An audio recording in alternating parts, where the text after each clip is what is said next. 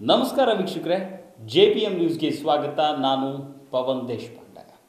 ಪಹಲ್ಗಾಮ್ ದಾಳಿಯ ಪ್ರತೀಕಾರವಾಗಿ ನಮ್ಮ ಭಾರತೀಯ ಸೇನೆ ಸಿಂಧೂರ್ ಆಪರೇಷನ್ ಅನ್ನು ಕೈಗೊಂಡಿತ್ತು. ಈ ಹಿನ್ನೆಲೆಯಲ್ಲಿ ಯೋಧರಿಗೆ ಒಂದು ನಮನವನ್ನು ಸಲ್ಲಿಸುವ ಜೊತೆಗೆ ಯೋಧರನ್ನು ಬೆಂತಟ್ಟುವ ಹಾಗೂ ಯೋಧರಿಗಾಗಿ ನಮನ ಕಾರ್ಯಕ್ರಮದ ಪ್ರತೀಕವಾಗಿ ಇಂದು ರಾಮದುರ್ಗ ಪಟ್ಟಣದಲ್ಲಿ ತಿರಂಗ ಯಾತ್ರೆಯನ್ನು ಹಮ್ಮಿಕೊಳ್ಳಲಾಗಿತ್ತು. ಈ ತಿರಂಗ ಯಾತ್ರೆ ರಾಮದುರ್ಗ ಪಟ್ಟಣದ ಶ್ರೀ ವೆಂಕಟೇಶ್ವರ ದೇವಸ್ಥಾನದಿಂದ ಪ್ರಾರಂಭವಾಗಿ ಹುತಾತ್ಮ ವೃತ್ತ ಹೀಗೆ ಹಲವು ರಾಮದುರ್ಗ ಪಟ್ಟಣದ ಹಲವು ಬೀದಿಗಳಲ್ಲಿ ಸಂಚರಿಸಿ ನೇಕಾರ್ಪೇಟ್ನ ಪಾಂಡುರಂಗ ದೇವಸ್ಥಾನಕ್ಕೆ ಅಂತ್ಯಗೊಂಡಿತು. ಜೊತೆಗೆ ವಕ್ತಾರರಾಗಿ ಕಿರಣ್ ರಾಮ್ ಅವರು ಕೂಡ ಈ ಸಿಂಧೂರದ ಆಪರೇಷನ್ ಕುರಿತು ಹಾಗೂ ಯೋಧರ ಕುರಿತಾಗಿ ಮಾತನಾಡಿದರು. ಈ ಕುರಿತು ಒಂದು ವರದಿ ಇಲ್ಲಿದೆ ನೋಡಿ. ತಿರಂಗ ಯಾತ್ರೆ ಒಂದು ಅದ್ಭುತವಾದ ಒಂದು ಪ್ರದರ್ಶನ. ರಾಮದುರ್ಗ ತಾಲೂಕಿನ ಎಲ್ಲ ಒಮ್ಮನಸ್ಸಿನ ನಾಗರಿಕರಿಂದ, ಜೊತೆಗೆ ಅವರಿಗೆ ಸಪೋರ್ಟಾಗಿ ನಮ್ಮ ಮಾಜಿ ಮತ್ತು ಹಾಲಿ ಸೈನಿಕರು ಕೂಡ ಸೇರಿದು ಈ ಕಾರ್ಯಕ್ರಮಕ್ಕೆ ಒಂದು ಅದ್ಭುತವಾದ ಮೆರುಗು ಬಂದಿತ್ತಂತ ನಮ್ಮ ಅನಿಸಿಕೆ. ಈ ಮೆರವಣಿಗೆ ಮತ್ತು ಈ ಥರ ಘೋಷಣೆ ಮಾತ್ರ ಮಾಡಿದರೆ ಸಲ್ಲದು. ಎಲ್ಲ ನಾಗರಿಕರು ತಮ್ಮ ಮನಸ್ಥಿತಿಯನ್ನು ಬದಲಿಸಿಕೋಬೇಕು. ವಿರೋಧಿ ದೇಶದ ಬಗ್ಗೆ ಏನು ಪ್ರೇಮ ಹೊಂದಿದ ಒಳಗಡೆ ಏನೋ ದೇಶ ವಿದ್ರೋಹಿಗಳಿದ್ದಾರೆ, ಅವರೆಲ್ಲ ತಮ್ಮ ಮನಸ್ಥಿತಿಯನ್ನು ಬದಲಿಸ್ಕೋಬೇಕು.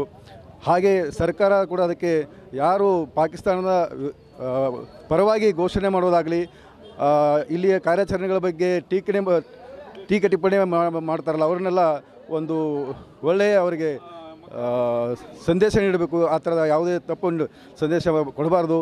ಸೈನಿಕರಿಗೆ ಅಪಮಾನ ಆಗುವಂಥ ಹೇಳಿಕೆಗಳು ಬರಬಾರ್ದು.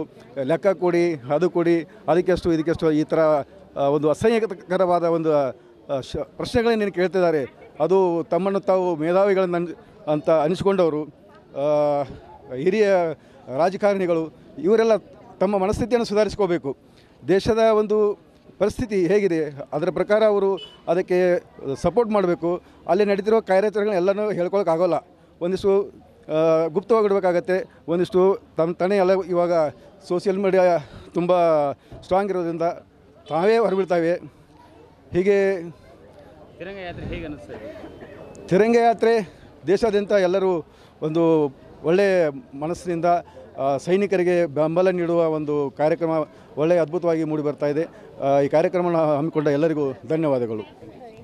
ಅಂತಂದರೆ ಬಹುಶಃ ಈ ಯೋಧ ಪಡೆ ನಮಗೆ ಗಡಿ ಹೊರಗೂ ಬೇಕು, ಗಡಿ ಒಳಗೂ ಬೇಕು, ಕಡೆಗೆ ದೇಶದ ಒಳಗೆ ಕೂಡ ಇಲ್ಲಿ ಕುಳಿತು ಪಾಕಿಸ್ತಾನಕ್ಕೆ ಜಿಂದಾಬಾದ್ ಅಂತ ಹೇಳುವ ಮನಸ್ಥಿತಿಗಳಿಗೆ ಎಚ್ಚರಿಕೆ ಕೊಡಲಿಕ್ಕೂ ಕೂಡ ನೀವೆಲ್ಲರೂ ಇದೀರಾ, ಜೊತೆಗಿರ್ತೀರಾ. ಮುಂದೂ ಕೂಡ ಭಾರತ ಯಾವುದೇ ದಿಟ್ಟ ನಿರ್ಧಾರವನ್ನು ತಗೊಂಡ್ರೆ ಆ ನಿರ್ಧಾರಕ್ಕೆ ಬದ್ಧ ಅಂತ ಇವತ್ತು ನೀವು ರಾಮದುರ್ಗದಿಂದ ಇವತ್ತು ಇಡೀ ದೇಶಕ್ಕೆ ಒಂದು ಅದ್ಭುತ ಸಂದೇಶವನ್ನು ಕೊಟ್ಟಿದ್ದೀರಾ.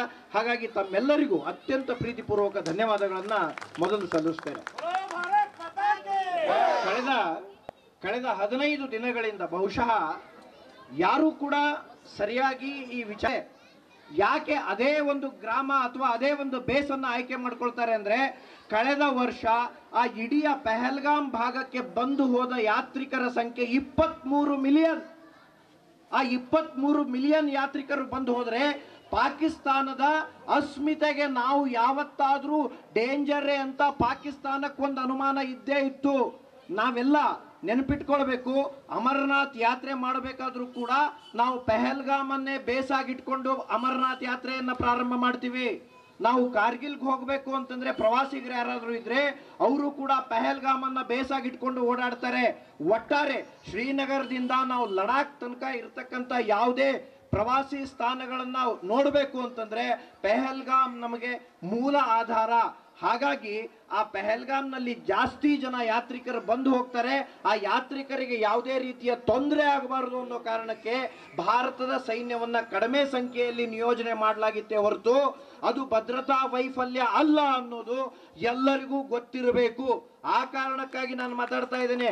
ಒಬ್ಬ ಸೈನಿಕ ಅವತ್ತೇನಾದ್ರೂ ಒಬ್ಬ ಭಯೋತ್ಪಾದಕನನ್ನು ನೋಡಿದ್ರೆ ಯಾವ ಭಯೋತ್ಪಾದಕನು ನಾಗರಿಕರ ಮೇಲೆ ಗುಂಡಾರಿಸ್ಲಿಕ್ಕೆ ಬಿಡ್ತಿರ್ಲಿಲ್ಲ, ಸ್ವತಃ ತಾನು ಅವರನ್ನು ಹೊಡಿತಾ ಇದ್ದ. ಅವರನ್ನ ಹೊಡಿಲಿಕ್ಕಾಗ್ಲಿಲ್ಲ ಅಂದ್ರೆ ಅವರ ಎದುರಿಗೆ ನಿಂತು ತನ್ನ ಎದೆಗೆ ಗುಂಡನ್ನು ಹೊಡೆಸ್ಕೊಳ್ತಾ ಇದ್ದ. ಭಾರತದ ಒಬ್ಬೇ ಒಬ್ಬ ನಾಗರಿಕನ ಕೂದಲು ಕೊಂಕಾಗದಂತೆ ನಮ್ಮ ಸೈನಿಕ ನೋಡ್ಕೊಳ್ಳಿಕ್ಕೆ ಸದಾ ತಯಾರು ಅಂತ ಇರತಕ್ಕಂತ ಸಂದೇಶವನ್ನು ಕೊಡ್ತಾ ಇದ್ದ. ಆದರೆ ದುರ್ದೈವ, ಅವತ್ತು ಯಾವ ಸೈನಿಕರು ಆ ಭಾಗದಲ್ಲಿ ಇರದೇ ಹೋಗಿದ್ದು.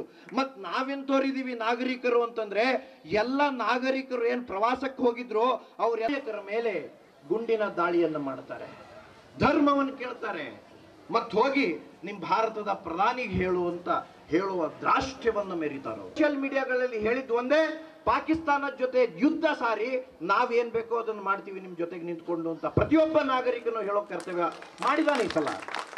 ಪ್ರತಿ ವರ್ಷಕ್ಕಿಂತ ಪ್ರತಿ ಸಲಿ ಏನೆಲ್ಲ ಈ ತರದ ದಾಳಿ ಆದಾಗಲೂ ಕೂಡ ನಮ್ಮ ಮನಸ್ಸು ಮಿಡಿತಾ ಇತ್ತು, ಅದರ 10 ಪಟ್ಟು ಈ ಸಲ ನಮ್ಮ ಮನಸ್ಸು ಮಿಡಿದಿದೆ. ಅದಕ್ಕೆ ಕಾರಣ ಏನು ಗೊತ್ತಾ? ಭಾರತೀಯರ ಮನಸ್ಸಿನಲ್ಲಿ ಭಾರತೀಯತೆ ಅನ್ನೋದು ಈ ಸಲ ಢಾಳಾಗಿ ಕಾಣ್ತಾ ಇದೆ. ಸೈನ್ಯದ ಜೊತೆ ನಾವಿದೀವಿ ಅಂತಕ್ಕಂಥ ಶ್ರೇಷ್ಠ ಸಂದೇಶವನ್ನ ರವಾನೆ ಮಾಡ್ಲಿಕ್ಕೆ ನಾವೆಲ್ಲರೂ ಬಂದಿದ್ದೇವೆ. ಈಗ ಈ ಎಲ್ಲ ಒಂದು ರಾತ್ರಿಯಲ್ಲಿ ನಡೆದಂತ ಘಟನೆಗಳು ಏನೇನು ಅನ್ನೋದ್ರ ಬಗ್ಗೆ ಹೇಳ್ತಾ ಇದ್ರು. ಆಗ ಒಬ್ಬ ಪತ್ರಕರ್ತ ಪ್ರಶ್ನೆ ಕೇಳ್ತಾನೆ, ಎಷ್ಟು ಜನ ಪಾಕಿಸ್ತಾನಿಗಳು ಸತ್ತಿರ್ಬೋದು ಅಂತ ಏನಾದರೂ ಅಂದಾಜಿದೆಯಾ ನಿಮಗೆ ಅಂತ.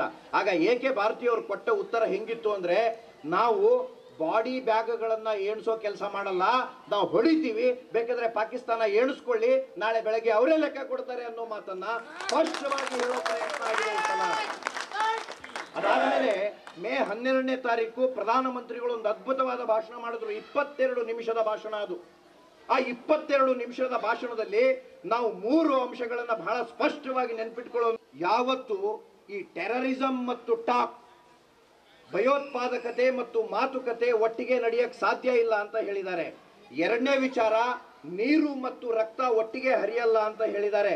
ಇದರ ಉದ್ದೇಶ ಏನು? ವ್ಯಾಪಾರ ಮತ್ತು ಭಯೋತ್ಪಾದನೆ, ಟ್ರೇಡ್ ಅಂಡ್ ಟೆರರ್, ಇದು ಕೂಡ ನಡೆಯಲ್ಲ ಅಂತ ಹೇಳಿದ್ದಾರೆ. ಈ 3 ಮಾತಿನ ಅರ್ಥ ಏನು ಅಂತಂದ್ರೆ, ನಾವು ಯಾವತ್ತೂ ಕೂಡ ಪಾಕಿಸ್ತಾನದೊಂದಿಗೆ ರಾಜಿ ಮಾಡಿಕೊಳ್ಳುವ ಪ್ರಶ್ನೆಯೇ ಇಲ್ಲ. ನಾವು ಯುದ್ಧವನ್ನ ಈಗ ಸದ್ಯಕ್ಕಷ್ಟೇ ಸ್ಥಗಿತಗೊಳಿಸಿದ್ದೇವೆ, ವಾರ್ ಡಿಕ್ಲೇರ್ ಆಗಿರಲಿಲ್ಲ. This is one of the operation, ಬರೀ ಆಪರೇಷನ್ ಅಷ್ಟೇ. ಹಾಗಾಗಿ ನಾವು ಸೀಸ್ ಫೈರ್ ಅನ್ನ ಘೋಷಣೆ ಮಾಡೋ ಅವಶ್ಯಕತೆ ಇರಲಿಲ್ಲ. ಅದಕ್ಕೆ ಪ್ರಧಾನಮಂತ್ರಿಗಳು ಹೇಳಿದ್ದು, ಸೀಸ್ ಫೈರ್ ಘೋಷಣೆ ಮಾಡಬೇಕಾಗಿದ್ದು ಪಾಕಿಸ್ತಾನ, ನಾವು ಅದನ್ನು ಘೋಷಣೆ ಮಾಡುವಂತ ವಿಚಾರ ಇಲ್ಲ, ಯಾಕೆಂದ್ರೆ ನಾವು ಪ್ರಾರಂಭನೂ ಮಾಡಿಲ್ಲ, ಹಾಗಾಗಿ ನಾವು ನಿಲ್ಲಿಸೋ ವಿಚಾರವೂ ಮಾಡಲ್ಲ ಅಂತ. ಎರಡನೇ ವಿಚಾರ ಹೇಳಿದ್ರು. ಈ 3 ವಿಚಾರಗಳನ್ನು ಹೇಳಿದ್ಮೇಲೆ ಇನ್ನೊಂದು ವಿಚಾರ ಬಹಳ ಸ್ಪಷ್ಟವಾಗಿ ಹೇಳ್ತಾರೆ, ಪಾಕಿಸ್ತಾನದೊಂದಿಗೆ ನಾವು ಮಾತಾಡ್ಲಿಕ್ಕೆ ತಯಾರಿದ್ದೇವೆ, ನಾವು ಯಾವತ್ತೂ ಪಾಕಿಸ್ತಾನದೊಟ್ಟಿಗೆ ಮಾತಾಡ್ಲಿಕ್ಕೆ ತಯಾರಿಲ್ಲ ಅಂತ ಹೇಳೇ ಇಲ್ಲ. ಆದ್ರೆ ತಯಾರಿರೋ 2 ವಿಚಾರಗಳು ಯಾವುದು ಅಂದ್ರೆ, ಒಂದು ಭಯೋತ್ಪಾದನೆಯನ್ನ ನಿಗ್ರಹಗೊಳಿಸಬೇಕು, ಇನ್ನೊಂದು POK ಯಾವಾಗ ಕೊಡ್ತೀರಾ ಅಂತ ಕೇಳಬೇಕು. ಎರಡೇ ವಿಚಾರದಲ್ಲಿ ಮಾತಾಡಕ್ಕಿದೆ ಅಂತ ಸ್ಪಷ್ಟವಾಗಿ ಹೇಳಿದ್ದಾರೆ. ಭಾರತ ಅಷ್ಟೆಲ್ಲ ಆದ್ಮೇಲೆ ನಾವು ಯುದ್ಧನೇ ಮಾಡಲ್ಲ. 3 ಗಂಟೆ 35 ನಿಮಿಷಕ್ಕೊಂದು ಫೋನ್ ಬರುತ್ತೆ. ಆ ಫೋನಿನ ಆಧಾರದ ಮೇಲೆ ಸೀಸ್ ಫೈರ್ ಮಾಡಬೇಕು ಅಂತ ಡಿಕ್ಲೇರ್ ಆಗುತ್ತೆ. ಅದಾದ್ಮೇಲೆ ದೊಡ್ಡ ಮಟ್ಟದ ಈ ಭದ್ರತಾ ಸಲಹೆಗಾರರನ್ನೊಳಗೊಂಡಂತ ಒಂದು ಮೀಟಿಂಗ್ ನಡೆಯುತ್ತೆ. ಆ ಮೀಟಿಂಗ್ ನಡೆದ ಮೇಲೆ 6 ಗಂಟೆಗೆ ಹೇಳ್ತೀವಿ, ನಾವು ಯುದ್ಧ ಮಾಡಲ್ಲ, ನಾವು ಸೀಸ್ ಫೈರ್ ಘೋಷಣೆ ಮಾಡಿದೀವಿ, ನಮ್ಮ ಕಡೆಯಿಂದ ನಿಮ್ಮ ಕಡೆ ಯಾವುದೇ ಒಂದೇ ಒಂದು ಬುಲೆಟ್ ಕೂಡ ಹಾರಲ್ಲ ಅಂತ ಹೇಳ್ತಾರೆ. ಇಷ್ಟು ಹೇಳಿದ ಮೇಲೂ ಕೂಡ ಪಾಕಿಸ್ತಾನಿಗಳ ಸೊಕ್ಕು ಎಷ್ಟಿತ್ತು ಅಂತಂದ್ರೆ, ಅವರು ಭಾರತದ ಹಲವಾರು ನಾಗರಿಕ ಸ್ಥಳಗಳ ಮೇಲೆ ದಾಳಿಯನ್ನು ಮಾಡ್ತಾರೆ. ಪೂಂಚ್ ಮೇಲೆ ದಾಳಿಯನ್ನು ಮಾಡ್ತಾರೆ, ರಜೌರಿ ಮೇಲೆ ದಾಳಿಯನ್ನು ಮಾಡ್ತಾರೆ, ಈ ಕಡೆ ಅಮೃತ್ಸರದ ಮೇಲೆ ದಾಳಿಯನ್ನು ಮಾಡ್ತಾರೆ, ಕಚ್ನ ಕೆಲವೊಂದಿಷ್ಟು ಹಳ್ಳಿಗಳನ್ನ ಗುರಿಯಾಗಿಸಿಕೊಂಡು ದಾಳಿಯನ್ನು ಮಾಡ್ತಾರೆ.